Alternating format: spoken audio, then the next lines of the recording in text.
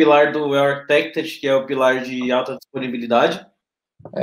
Vamos lá, então. Hoje, dando continuidade aí na parte de Well Architected, né? Para quem já viu as outras lives, sabe o que é o Well Architected, não vou ficar falando de novo, para economizar tempo. E hoje nós vamos falar sobre o pilar de alta disponibilidade, né? Que é um pilar bastante importante aí do Well Architected, talvez atrás só de segurança, né? E custo, né? Que eu sempre falo, sem din-din não tem login. Mas, assim, deixar as aplicações funcionando, inclusive, um ponto que está dentro de segurança, né? A alta disponibilidade está dentro de segurança, né? O dado está disponível, a informação está disponível para ser acessada, o recurso computacional, o serviço está disponível para ser utilizado. Algumas literaturas tratam isso dentro de segurança da informação. A AWS separou segurança de alta disponibilidade, porque a alta disponibilidade é um tema muito grande, né? Então, vamos lá, né? Primeiro, a definição do que é alta disponibilidade, né? Capacidade de se recuperar de falhas de serviço ou de infra de forma dinâmica, mitigar falhas de infra ou erros de configuração. Então, vamos lá, alta disponibilidade não significa que não vai cair, né? Andy Jassy, o CIO da AWS, já disse o seguinte, né? Tem uma máxima que é algo como todos os sistemas, sistemas computacionais, a definição de sistema computacional é algo que vai falhar um dia, né? Então, não tem para onde correr, né? As coisas falham, os problemas acontecem, as pessoas erram. O pilar de alta disponibilidade trata como que a gente mitiga isso, como é que a gente cria mecânicas, métodos para fazer com que a gente esteja preparado, que a nossa infraestrutura, que o nosso serviço, que nossos processos estejam resilientes. Lembrando que os pilares o próprio Architected não fala simplesmente de práticas técnicas, mas ele fala também sobre processos, né? Como lidar com os processos, como cuidar das coisas dentro de casa para garantir que as boas práticas sejam seguidas, né? Então, os princípios do Architected Pilar de Autodisponibilidade teste, procedimento de restauração, né? Então ele está organizado dessa forma, recuperação de desastres automatizados, escalabilidade horizontal, né? Não tem para onde correr, né? A gente não tem método eficiente de crescimento vertical para resolver 100% dos casos, principalmente com esse crescimento que a gente tem hoje, que é exponencial, né? Então, desde das empresas com fins lucrativos, as não lucrativos, e as empresas de public sector, todas elas têm desafios de, cara, hoje o sistema funciona para uma pessoa, amanhã para 10, para 20, para 30, às vezes funciona só para 1.000, mas às vezes funciona para centenas de milhares, né? Ou bilhares. Então, um outro ponto é a questão de não adivinhar a capacidade, ou seja, a estratégia de capacity plan, a gente vai ver lá no pilar de performance, quando a gente vê isso, a estratégia de capacity plan utilizada durante 20, 30 anos, ela não se mostrou eficiente, né? Por quê? Porque não depende só de fatores técnicos, né? Depende de fatores humanos. Então, a gente definiu ali que o crescimento da empresa vai seguir aquela linha. Beleza, mas e se vier vai seguir aquela linha durante os próximos 5 anos, eu vou lá e faço as aquisições, ou faço meu capacity plan baseado nisso, né? Põe uma margem e tudo mais, tem técnica para isso. Agora, e se vier uma pandemia no meio do caminho, como é que fica a história, né? Então, esses são pontos que fazem com que a estratégia não seja mais adivinhar a capacidade, mas sim trabalhar de acordo com a capacidade, né? E gerenciamento de mudanças automatizados, que a gente levar para o nosso processo operacional todas as mudanças que a gente faz na infraestrutura, que a gente faça elas de forma automatizada. Então, isso simplifica um montão de coisas e faz também com que o rollback fique mais simples e mais fácil, né? O próprio processo automatizado pode fazer a mudança, aplicar, se não funcionar, testar e fazer a volta, né? Isso também é alta disponibilidade. Afinal, por uma falha por um erro de configuração, por um deploy errado, por uma mudança errada, a gente pode ter mecanismos que percebam que a aplicação ficou fora e traga ela de volta para funcionar. Aí, falando um pouco sobre entendimento e critérios, né? Então, a disponibilidade ela é medida pelo tempo de operação dividido pelo tempo total. Então, na verdade, a diferença, né, entre o tempo total de operação e o tempo que a operação ficou disponível, que vai dar a relação de disponibilidade que é inversamente proporcional à indisponibilidade, né? Então, isso também são termos que a galera confunde muito, tá? Então, quando a gente fala de disponibilidade, quando a gente fala de, em geral, isso está atrelado a SLA, e vamos entender que SLA é diferente de disponibilidade, o pessoal que também confunde com durabilidade. Então, uma confusão comum é disponibilidade, SLA e durabilidade. E tem um outro ponto que a galera confunde também, que é com balanceamento, né? Então, o pessoal confunde muito redundância, failover, alta disponibilidade. Então, sempre que a gente usar esses termos, failover, disponibilidade, alta disponibilidade, resiliência, nós estamos nos referindo ao tempo que a gente vai conseguir manter a aplicação no ar, né?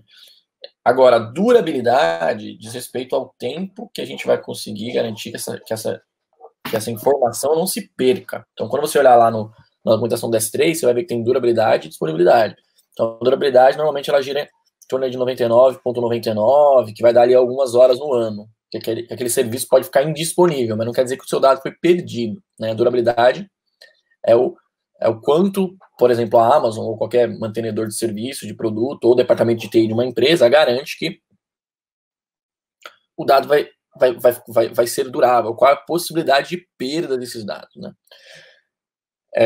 Então, alta disponibilidade diz respeito a deixar o sistema altamente disponível, né? E aí um sinônimo em tecnologia para isso é disponibilidade. Por quê? Porque a disponibilidade está relacionada resiliência, perdão, porque a resiliência está associada ao tempo que eu recupero de uma indisponibilidade, né? E um outro termo que a gente usa muito comum é failover, né? E são as técnicas de failover, né? São as técnicas que faz em caso de falha a gente se recuperar, e aí a gente usa o termo failover, né? Com link de internet lá é muito comum a galera se confundir. Não, eu quero ter balanceamento nos meus links. Normalmente o que a pessoa que não tem esse conceito na cabeça está querendo dizer é: eu quero ter redundância dos meus links, eu quero ter alta disponibilidade dos meus links, eu quero ter failover dos meus links, né? Então, redundância é diferente de balanceamento, né? Vou dar um exemplo. Eu tenho 2 links de 100 MB lá na minha empresa, eu quero fazer o balanceamento. Então, eu quero deixar os 2 links funcionando. Se os meus 2 links estão sendo utilizados mais do que 50%, então imagina que eu estou usando 60% de cada um dos links. Caso um dos links falhe, a gente vai ficar com um dos links funcionando. Se o failover estiver configurado correto, nós vamos ficar com um dos links funcionando 100%. Provavelmente isso vai ser quase indisponibilidade para boa parte das aplicações. VoIP, por exemplo, se você não tiver um tratamento adequado ali de QoS, o próprio usuário vai reclamar, ele vai ter a sensação de indisponibilidade. Então, indisponibilidade ou redundância é diferente de balanceamento, né? Então, se eu tenho 4 servidores, balanceio para todos, mas eu uso todos, eu não tenho redundância. Se um cair, eu tô lascado, né? A redundância eu vou fazer de outras formas, né? Então, aí o exemplo de disponibilidade medida ou disponibilidade acordada.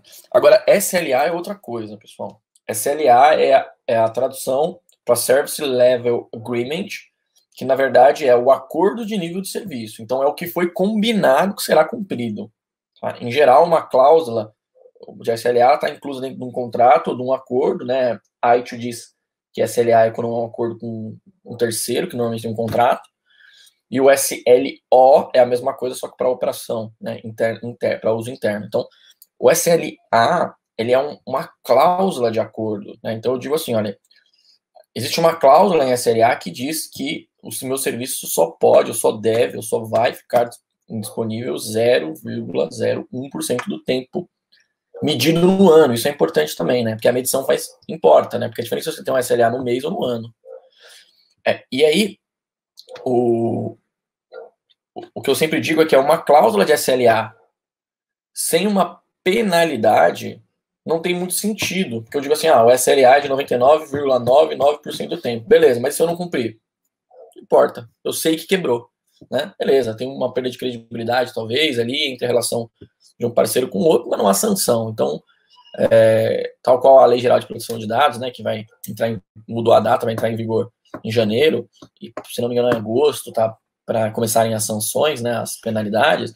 a lei sem as penalidades não é nada, né? Então, assim, a lei diz que eu não posso roubar, mas se eu não roubar, o que acontece? Nada. Então, a lei não serve para muita coisa, né? Então, só desmistificando esses conceitos que a galera, em geral, confunde. E a gente tem um exemplo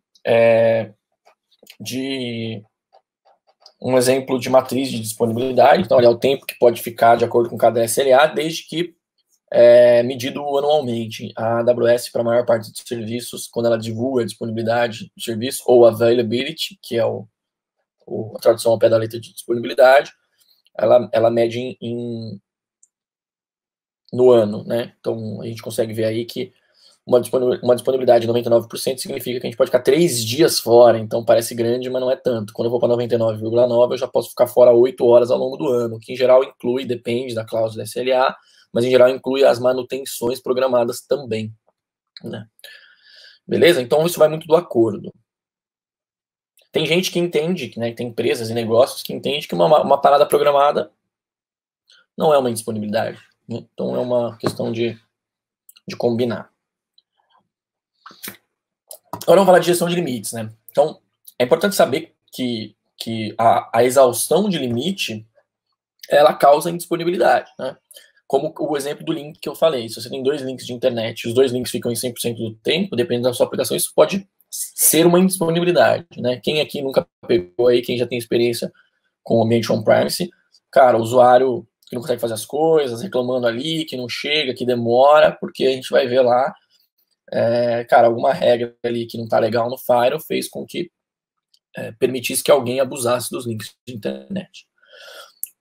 Isso é uma coisa bacana que em geral não acontece na AWS, porque não há limite, não tem link de internet na AWS, né? O data transfer é limitado nas placas de rede dos dispositivos, você paga data transfer out por giga. Então, isso é um problema que a gente tem parado de ter, mas no ambiente on-premise continua acontecendo, ou dentro do escritório, por exemplo. Mesmo que seja só usuários usando a internet para acessar recursos na nuvem. Mas é importante dizer que todo recurso ele tem um limite, né? A Amazon fala em infraestrutura virtualmente infinita. Então esse virtualmente serve justamente para dizer que é virtualmente, né? E não na prática, porque, né? Infinito é uma grandeza muito difícil de firmar, né? E aí a gente tem, dentro da AWS, dos próprios serviços da AWS, se você olhar a documentação de cada um dos serviços, ele tem um soft limit e um hard limit. Os soft limits são vamos falar dos hard limits primeiro, que é um pouco mais fácil de entender. O hard limit são limites por design. Por exemplo, se você olhar lá um disco EBS, ele tem um limite de tamanho. Então tem lá, até 64 terabytes, até 8 heptabytes. Então, para cada serviço você tem um limite, né? Dentro do S3, você tem um tamanho máximo de arquivo que pode estar lá, sei lá quantos teras de um arquivo só. Quantidade de servidores que eu posso ter no mesmo autoscaling. Todos esses serviços eles têm um hard limit, né, que é um limite que não dá para passar. O que eu tenho que fazer, na verdade, eu tenho que usar técnicas para fugir desses limites, né? Então, se eu tenho um limite de disco, por exemplo, né, talvez eu tenha que ir para um outro serviço, ou eu tenha que fazer uma distribuição desses serviços em discos. Então, eu posso usar lá ferramentas que podem concatenar ou segregar meu servidor de arquivos, por exemplo, por departamentos, talvez resolvesse esse problema. E a gente tem também os soft limits, que é importante conhecer na AWS. Os soft limits, eles são limites que são travados por padrão na AWS, mas que você pode pedir para aumentá-los. E aí a Amazon pede que você justifique isso.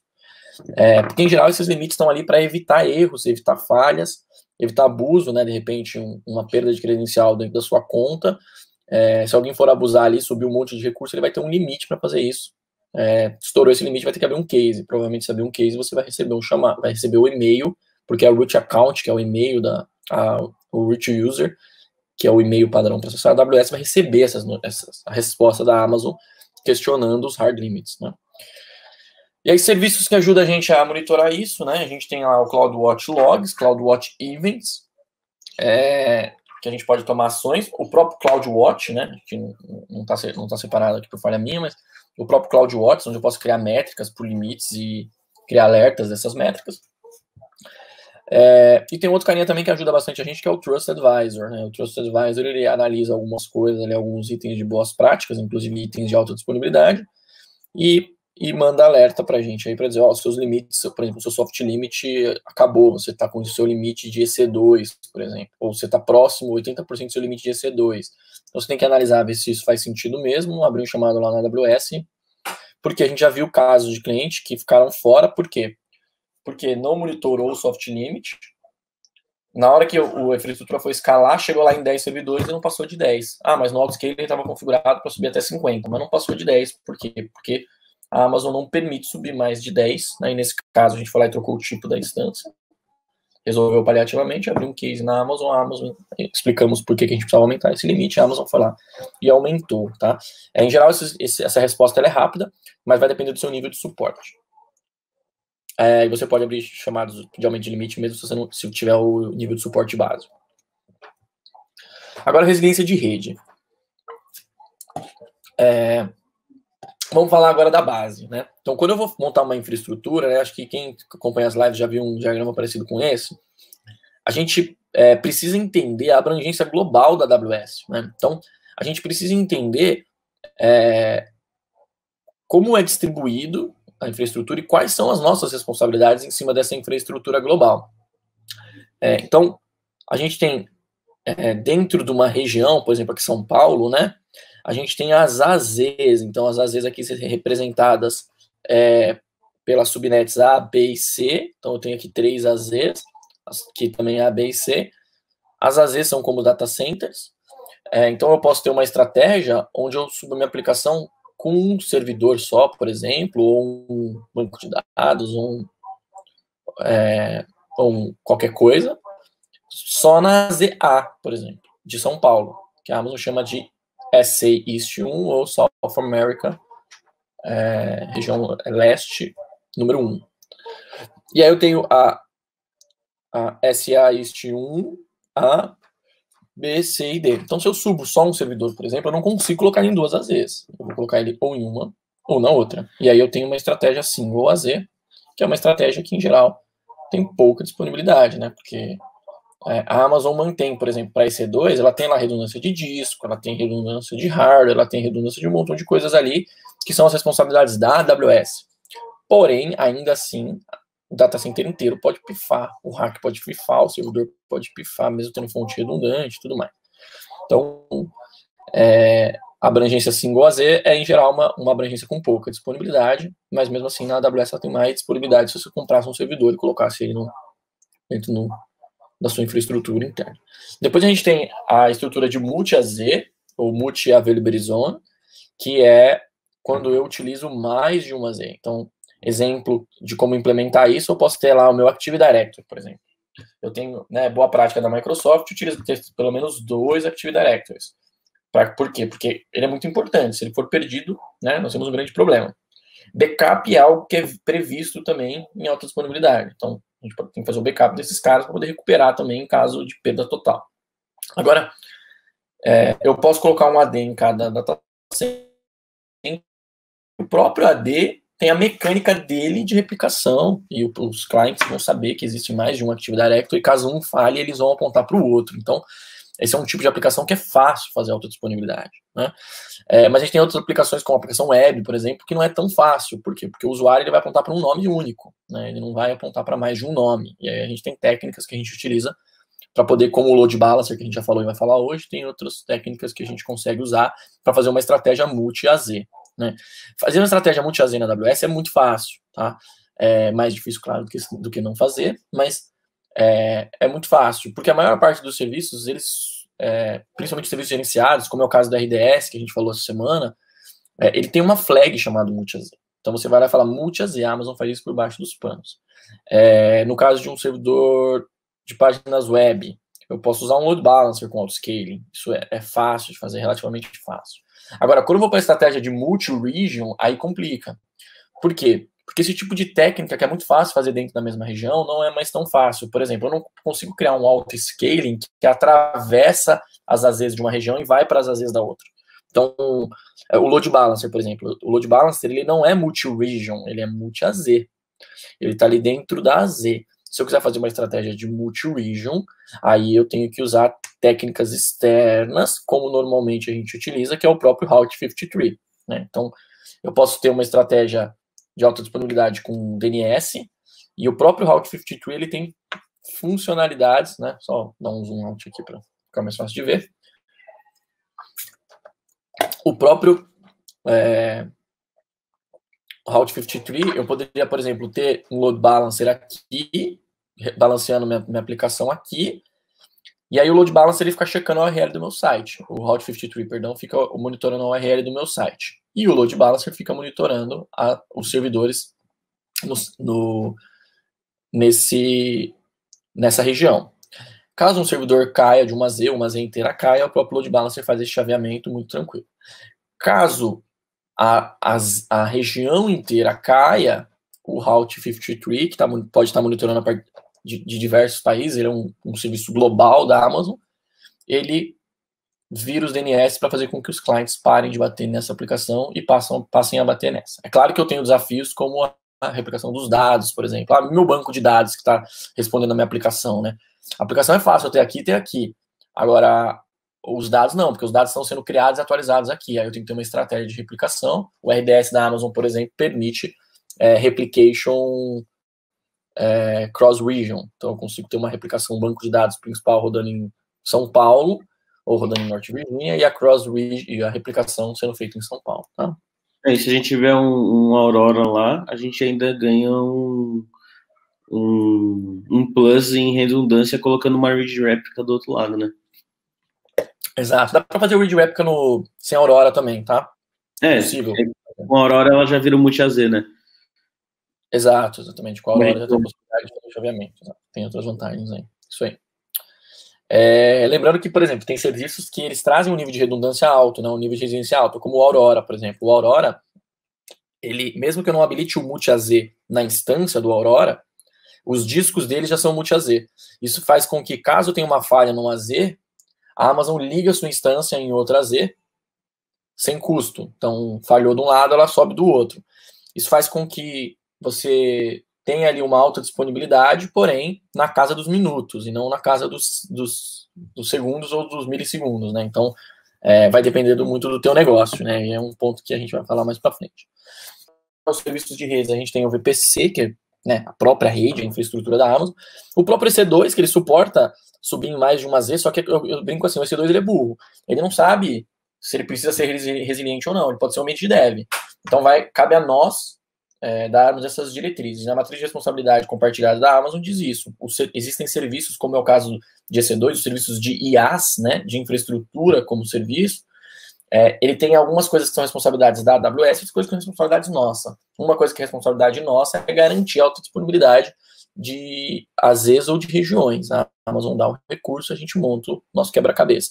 Diferente de um serviço PaaS, como RDS, onde eu escolho se eu quero multi-AZ ou não, porque eu vou pagar por isso, mas a Amazon cuida dessa replicação, dessa redundância para a gente. Depois a gente tem o Route 53, que o Route 53 é um serviço completo, nativamente ele já é multi-AZ, o próprio Route 53 já é multi-AZ, mas ele também te ajuda, com técnicas de failover, ele te ajuda a chavear ou balancear, inclusive. Você pode ter, por exemplo, mais de um servidor sem load balancer balanceando a carga. O próprio Route 53, ele faz essa estratégia via road robin no DNS e você consegue dar peso. Você fala assim, eu tenho 4 servidores. Eu quero que esse servidor receba 50% da carga e os outros 50% seja dividido nos outros dois. Dá para fazer isso tranquilamente com o Route 53, mas isso é balanceamento, isso não é redundância. Né? A redundância é quando eu faço isso, mas eu ponho um failover, falando, se o servidor 1 cair, mande o tráfego dele para o servidor 2. Tá? Dá para fazer isso também com o Route 53. A forma mais simples de você fazer redundância hoje na AWS, fazer alta disponibilidade, é com o Route 53. Custa 50 centavos por domínio e não me lembro, mas sei lá, 1, 2 centavos por milhão de requests que são feitas nele. É em geral bem barato. O failover tem outro custo, tá? O failover custa acho que $1, mais ou menos. Mas assim, também não são cifras homéricas, né? E também, se você quiser, você pode fazer sua automatização com Lambda, por exemplo, ou com EC2. Então, você pode ter ali uma função Lambda que de tempos em tempos ela checa a sua aplicação. Caso a sua aplicação não esteja do jeito que você quer, você vai lá e muda o apontamento do DNS, sobe uma máquina nova, faz o que você precisa fazer. Então, assim, existem recursos que facilitam a gente fazer isso na AWS, mas é possível, existem formas de você automatizar. Afinal, tudo é automatizado. Você tem lá a API, a AWS LI, você brinca lá do jeito que você achar que faz sentido, né? E depois a gente tem o CloudFront, né? O CloudFront, ele é um serviço de CDN, distribuição lá, parecido com a Akamai, Cloudflare. Ativamente um serviço multi-AZ, e veja, existem muitos casos onde a nossa estratégia de failover é o próprio cache, né? Então, isso é uma outra técnica, né? Então, se minha aplicação é estática e eu tenho lá um cache de 4 horas, uma falha que acontecer no meu servidor de aplicação pode não ficar evidente para o meu usuário final. Por quê? Porque ele pode estar sendo servido pelo CloudFront, né? Uma outra questão também, que a gente vai ver aqui um pouco mais para frente, que a gente pode ter indisponibilidade por exaustão de recurso, né? E quando eu tenho uma camada de cache na frente, como é o caso do CloudFront, além de ele fazer cache, ele também tem controle nativo de DDoS camada 4, o Load Balancer também tem esse recurso, né? Eu garanto que muito mais dificilmente a minha aplicação vai ser exaurida, né? Porque eu estou segurando essa camada ali no cache, que é um serviço global ali da AWS que responde, que tem limite virtual, na verdade, ele é virtualmente infinito, tá? E a gente tem outras técnicas também, como o Global Accelerator, o AWS Global Accelerator, que é uma forma de você usar a própria rede da AWS para ajustes de performance. Então você consegue fazer com que um serviço que está sendo utilizado em São Paulo seja acelerado para utilizar um recurso que só tem lá em Norte Virginia, por exemplo. E novamente, né, a performance em alguns casos ela está atrelada à disponibilidade, né? Então, se eu garantir que eu tenho uma melhor performance ali, eu vou engargalar menos. Então, aquele efeito cascata abaixo. Eu peguei um caso de um cliente ontem que disse que estava com um problema lá inicialmente era na comunicação entre São Paulo e Norte Virginia, mas depois ele descobriu que, na verdade, era um negócio lá no banco, lá na ponta, no final da aplicação dele, que estava vindo em cascata abaixo, acumulando, e fazia com que os retries e tal fizessem os recursos ficarem exauridos e a rede dentro da AWS ficar lenta por muito recurso sendo usado no servidor dele e tudo mais. E aí é o que eu sempre falo, né, pessoal?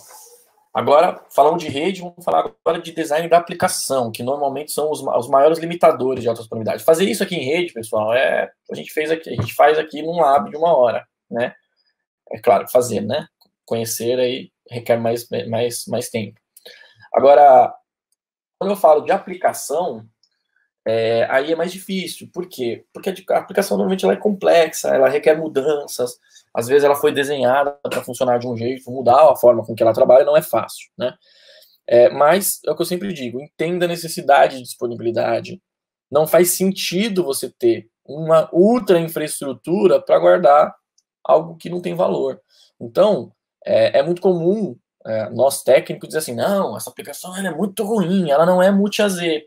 Veja, e se for uma aplicação de desenvolvimento, ou se for uma aplicação que não traz tanto resultado, eu não posso gastar $1.000 para um serviço que eu vendo por R$1.000, entende? Então, a gente precisa ponderar essas coisas. Outra coisa, quanto eu perco se a minha aplicação ficar fora?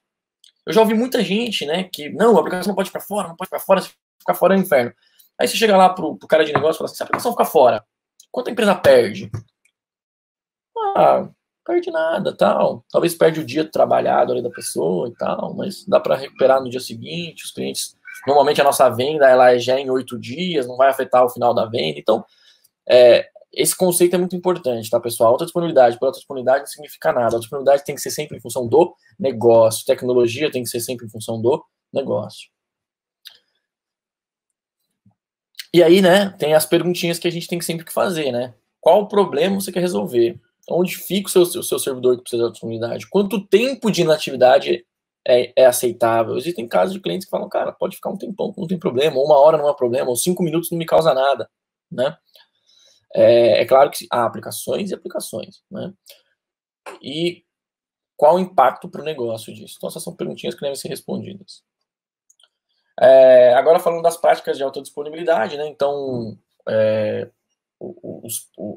onde a gente vai ali para a mão na massa mesmo, então a gente tem lá os componentes redundantes, então, múltiplos recursos, ou múltiplos servidores, ou uso de serviços que já são com múltiplos recursos, como é o caso de Lambda, que é ou S3, que são serviços que automaticamente já são redundantes, né? E recursos criados sob demanda. Aqui eu trouxe o desenho do autoscaling para a gente não esquecer isso, né? Criar recursos sob demanda faz com que a gente consiga ter alta disponibilidade a um preço que nós podemos pagar, né? Então, é aquela história, né? Ah, mas quanto custa a sua infraestrutura? Ah, custa $1.000. Eu ganho R$1.000, não faz sentido. Eu ganho $100, não faz sentido. Mas se eu conseguir fazer essa infra passar a custar $50, aí começa a fazer sentido para o negócio. E possibilita com que mais tipos de negócios sejam redundantes, tá? Depois, zona de isolamento a falhas. A gente tem a lógica que a gente está acostumado a falar, que é multi-AZ, multi-region, uso de probes ali para testar a aplicação e tal, mas nós não podemos esquecer que o isolamento ele não é só no nível regional, né? No nível geográfico. Ele também é no nível da própria aplicação, né? Então a gente tem que ter isolamentos ali na aplicação para fazer com que talvez uma falha ali, e a gente vai falar sobre estratégia de microserviço, mas uma falha num serviço específico não quebre tudo, né? Um problema numa região, não seja um problema, estamos falando de infraestrutura, mas um problema de configuração numa API, por exemplo, não derruba a minha aplicação inteira, né? E a gente vai ver que isso é um grande desafio, não é fácil, mas é preciso entender isso para não ficar aquela coisa abstrata, sabe? A gente não meter aquela coisa abstrata, de não, põe na nuvem, tá tudo certo. Não, a gente tem que pôr na nuvem, tem que saber utilizar a nuvem, tem que pôr uma aplicação que converse com esse cara, né? Por isso que a gente precisa falar sempre entre Ops e Dev, né? Sempre o pessoal de operação, o pessoal de desenvolvimento. E às vezes o pessoal nós de operação conseguimos resolver limitações de desenvolvimento, mas isso não é regra, tá? Uma forma simples da gente resolver, por exemplo, a gente fazer um auto-scaling, ou a gente fazer uma redundância com DNS. Então a gente pega aquele servidor, duplica ele, mas e a persistência dos dados? Aí é um desafio, né? Temos que pensar em como fazer essa persistência dos dados, mas, por exemplo, se os dados estão replicados no banco de dados, a gente habilita multi-AZ e pronto. E aí a gente cria 2 servidores, né? Manda o desenvolvedor fazer ali a aplicação, depois que ele criou o servidor, a gente cria um segundo, e a gente de alguma forma faz com que lá no DNS mesmo, por exemplo, se um servidor pifar, a gente aponta para o outro. Então, há formas de a gente resolver na infra, mas não é 100% das vezes que é possível, e às vezes fica caro também, né? Então, você fazer esse tipo de coisa que eu falei agora, fazendo o DNS, você vai ter que fazer com que os 2 servidores fiquem ligados, né? Apesar de que, depende do caso. Eu posso também fazer uma técnica de checagem se esse servidor está funcionando. Se esse servidor não estiver funcionando, eu rodo uma função lambda que cria o outro servidor baseado numa imagem. Então, há técnicas e técnicas. Só que essa segunda técnica é uma técnica que tem um downtime maior, porque vai ter o tempo de checagem, então eu vou checar de 1 em 1 minuto. Aí vamos supor que eu acabei de checar, o serviço cai, ele vai ficar 59 segundos fora, aí eu vou checar e eu vou startar para subir um novo servidor, que vai demorar mais ali, sei lá, 1 minuto, talvez, 2 minutos. Então, mesmo que seja uma aplicação muito enxuta, 30 segundos para subir o servidor com a aplicação. Então, aí eu tenho um downtime e preciso entender se a minha aplicação suporta esse downtime. A gente vai ver que tem técnicas também de mitigar isso. Depois, recuperação baseada em computação, aí a gente fala de load balancer, health check, automatização, e o item de cima, que é a arquitetura de microserviço, né, pessoal? Então, assim, eu acho que isso aqui dá uma série de lives para falar sobre microserviço. Microserviço não é a solução, não é a bala de prata, a solução de todos os problemas, mas ela traz algumas vantagens, como, por exemplo, a segregação de função. Então, se eu tenho um monolito, uma aplicação monolítica, onde tudo acontece dentro dela, ela quebra, tudo quebra. Ela falha, tudo falha. Se eu tenho essa aplicação segregada, então eu tenho uma API de login de usuário, uma API de cadastro de usuário, uma API de administração de usuários, por exemplo, que engloba tudo isso, uma API de vendas, uma API de pedidos, uma API de seja lá o que for. Se a minha API, por exemplo, de cadastro de usuários falhar, os usuários que existem continuam funcionando e operando dentro da minha aplicação. Então, essa é a ideia, uma das estratégias que a gente faz para a gente conseguir fazer o isolamento, né, o isolamento da nossa aplicação ali. Além disso, o uso de microserviços traz outros benefícios e tal, e alguns malefícios ou alguns desafios, mas pensando em alta disponibilidade, Imagina que eu tenho um monolito, mesmo que eu consiga escalar esse monolito. Então eu vou lá, eu tenho uma máquina gigante lá com 30 GB de memória RAM, 30 GB de memória RAM e 1 TB de HD e você gasta CPU pra caramba. Quando eu tiver que escalar, eu vou ter que escalar todo esse monstro.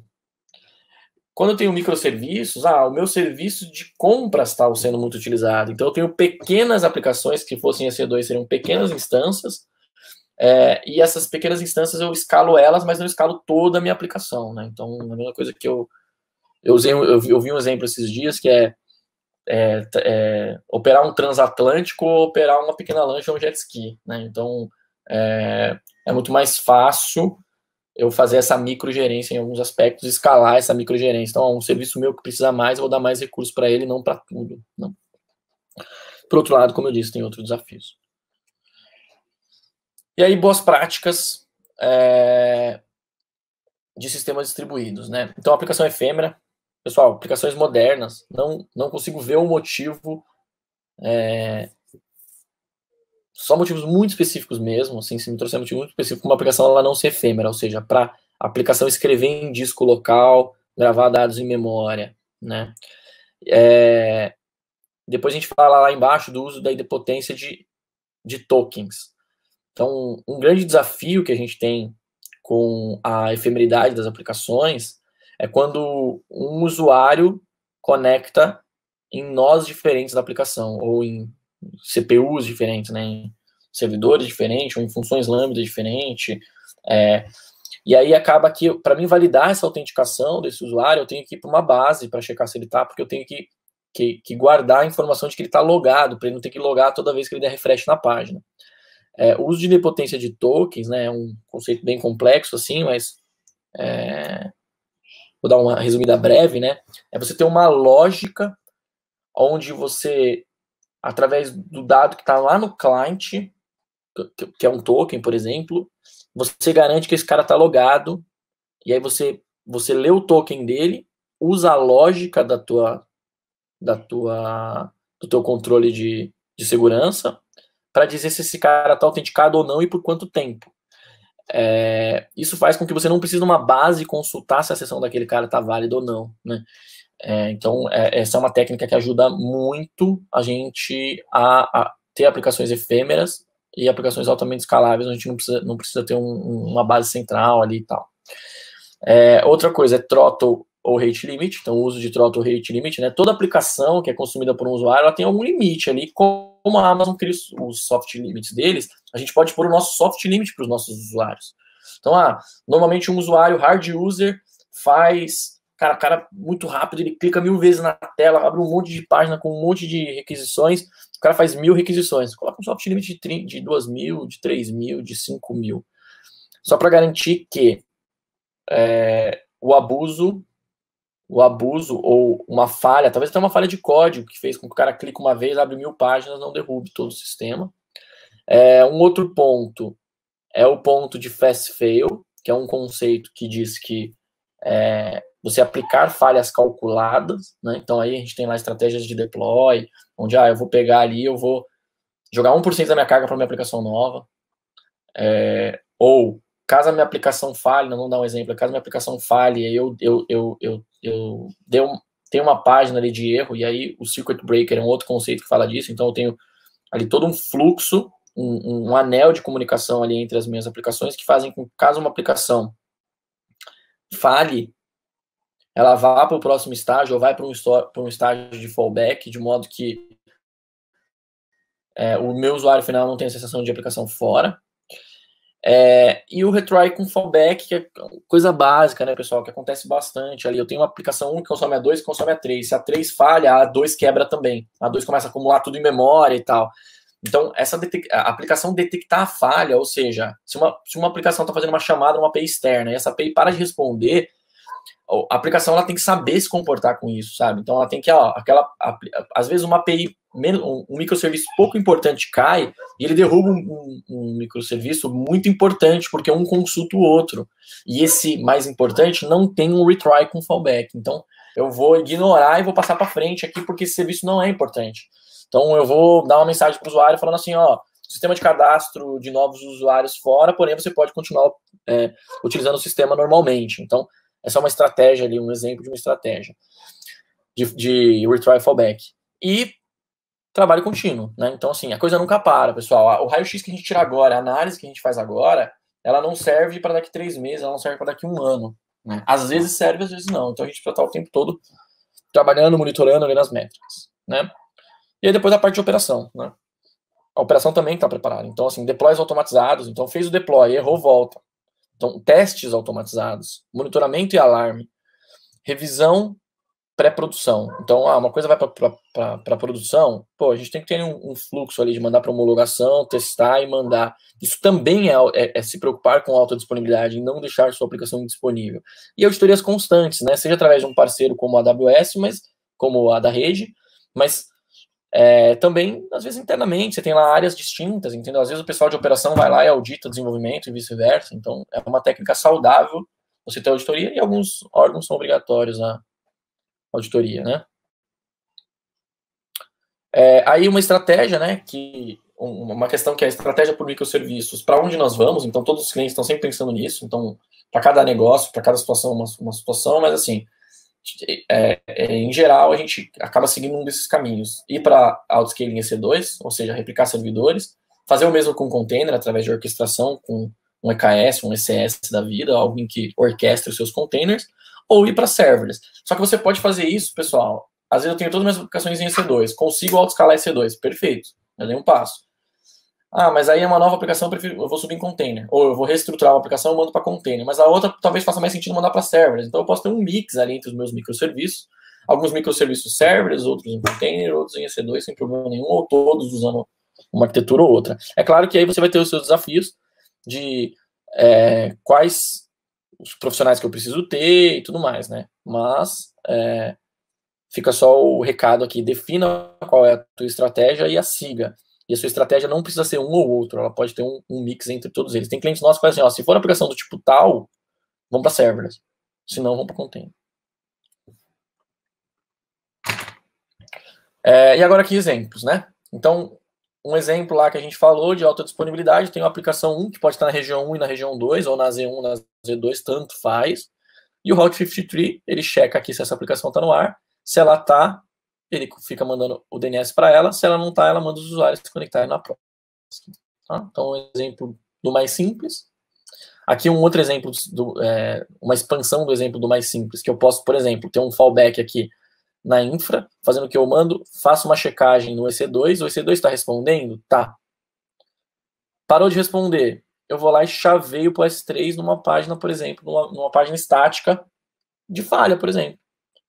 Nossos serviços estão disponíveis, estamos verificando. Esse é um exemplo simples de você fazer fallback. É claro que você não está deixando a aplicação disponível, mas dependendo do seu negócio, o seu acordo lá com o teu cliente pode ser isso. Aqui eu posso ter uma página estática, por exemplo.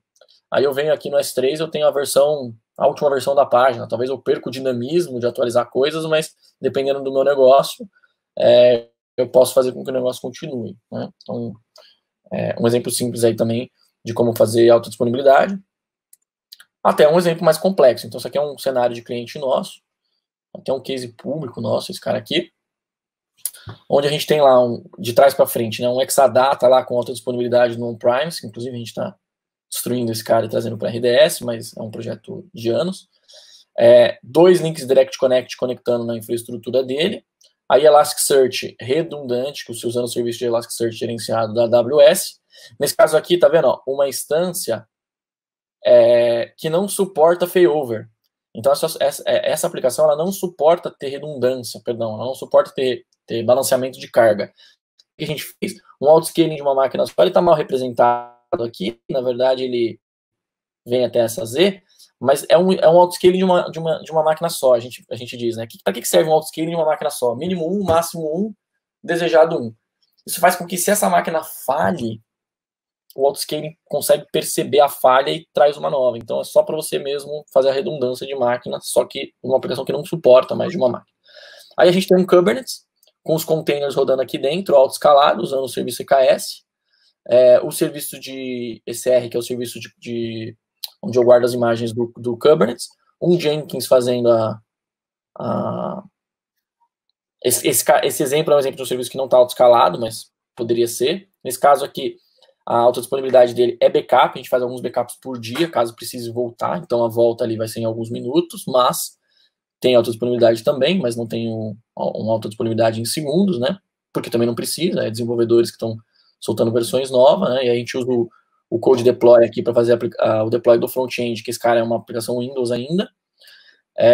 Load Balancer fazendo alta disponibilidade. Aqui a gente tem um API Gateway na frente, que é um serviço de orquestração de API da Amazon, que também é nativamente multi-AZ. Depois eu tenho um CloudFront, que é cache CDN, e ele também faz uma rota para conteúdos estáticos no S3, que é multi-AZ o S3, é multi-AZ o CloudFront, e ele está taxado com o AF da Amazon, que também é multi-AZ, e o Route 53 na frente fazendo a brincadeira. Aqui a gente tem uma descrição das rotas aí que está anonimizada, aqui tiramos as informações dos clientes, mas a forma com que está aqui o Load Balancer faz a distribuição para esses caras, tá? Então, esse aqui é um exemplo de uma aplicação altamente disponível, porém multi-AZ e não multi-region. Beleza? Então, veja, a aplicação anterior era mais simples, mas ela tinha uma redundância multi-region. Beleza, senhores? É isso.